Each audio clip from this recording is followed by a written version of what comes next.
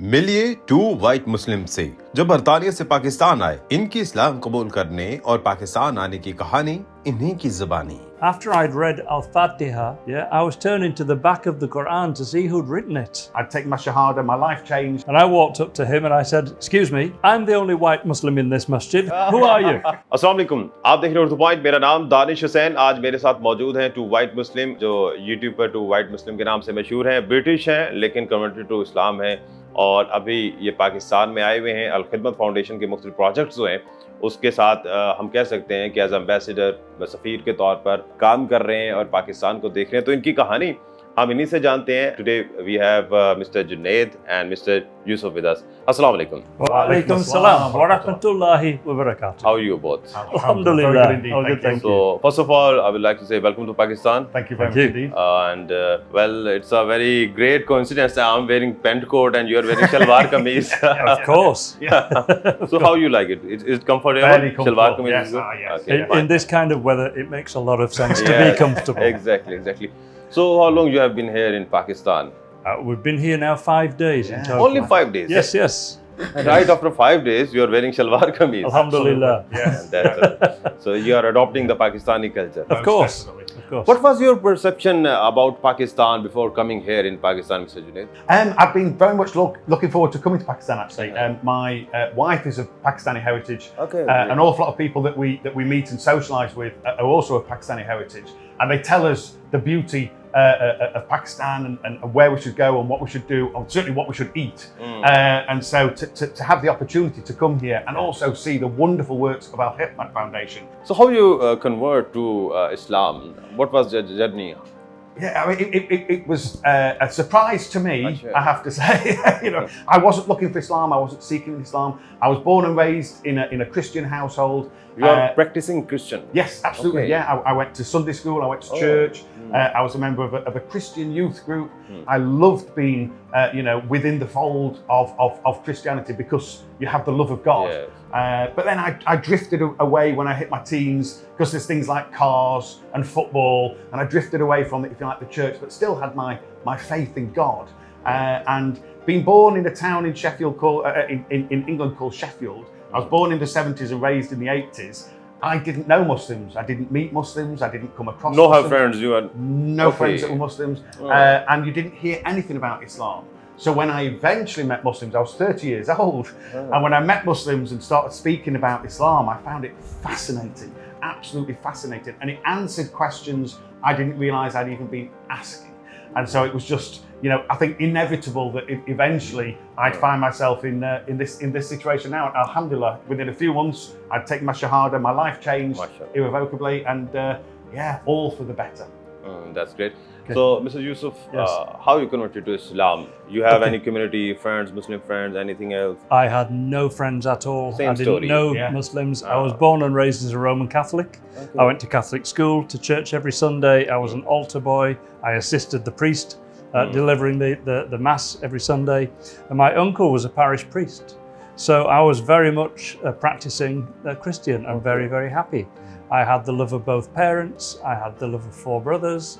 And I also had the love of God. And it made me feel very special as a child. But when I was about 18, I started asking some very, very difficult questions. And instead of getting answers, I got the pat on the head. And they said, "Just have faith, son," which was never enough for me. So I found myself kind of walking away from the institution of the church, but I never walked away from my faith in God. About 10 years later, so I was 28 years old at this time, I found myself working in an office in a town called Bradford. Now, anybody who knows anything about the UK, Yes, and maybe. particularly the city Yes, of Bradford, exactly. will realise that there were Muslims in that town. And I met Muslims in the office at work, and I asked them similar questions. In Bradford? Yes. So I was asking them similar Bradford questions. also called mini Pakistan because lots of Pakistanis lived over there. Yeah, huge population. We actually call it Bradistan. So it's it was very interesting that I was asking the same kinds of questions. One day I was given a copy of the Quran. To cut a very long story short, 6 months later I started reading the Quran, and even the first page of the Quran, in English it was quite beautiful. but the first page, after I'd read Al-Fatiha, yeah, I was turning to the back of the Quran to see who'd written it.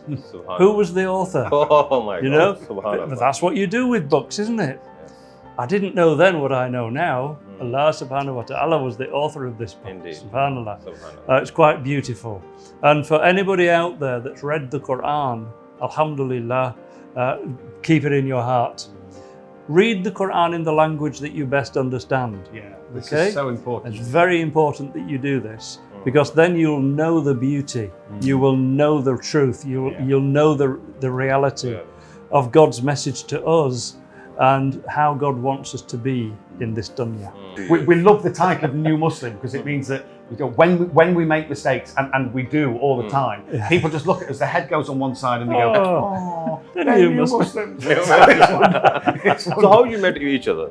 Well, interesting. I was, let's say, born and raised in Sheffield. Muhammad Yusuf here was raised in a town called Wakefield. And when I met and married my wife, who I think I mentioned is of Pakistani heritage, we moved into Sheffield. And we eventually moved up to Wakefield. And in England, if you move anywhere, you always move on a Friday. So all movement happens on a Friday. Friday? Why? Yeah, it meant that unfortunately I missed Jummah. I'm going to go and find a masjid now. I want to enter the masjid at least once during this day. And again, long story short, it took me a while, but I found a masjid and sat down on the floor, you know, brand new into this masjid. And what happened? And I walked up to him and I said, "Excuse me, I'm the only white Muslim in this masjid. Who are you? Are you some kind of imposter?"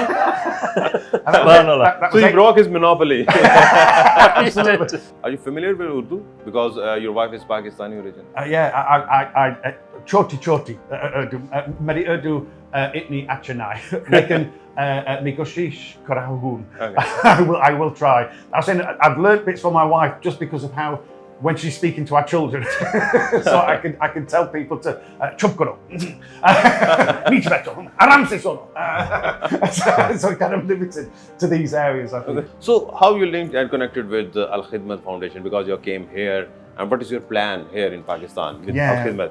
We've done a great deal of work with an incredible chap called Dr. Adil Riaz, who is the chairman of Akhosh UK. Yes. And we'd worked with him from a dawah perspective, because we believe that when we converted to Islam, we were given a gift. And we just want to share that gift with as many people as possible now.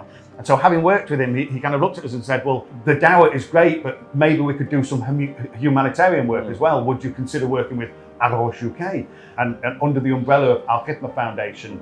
And when we saw the works that they were doing, we just considered it an honour to find ourselves in this situation. But the things that we've already done have been extraordinary, haven't we? We've visited an orphanage, we've been to a child protection centre, we've seen the water purification system in Lahore, you know, these amazing... Last but not the least, I have a question in my mind. You told the story of conversion of Islam, very simply, very easy, but maybe it's not as easy as you said. There are very social pressure, friends pressure, family pressure. Have you bear anything like this during the conversion of Islam? Okay, so from my experience, my family were very, very supportive of me. Absolutely. Both my parents read the Quran in English, of course. And what they saw was, given that I'd left the church, left the practical aspect of my faith, they were very, very encouraged that I had actually now got of worshipping again. So they were very, very pleased that I'd accepted Islam.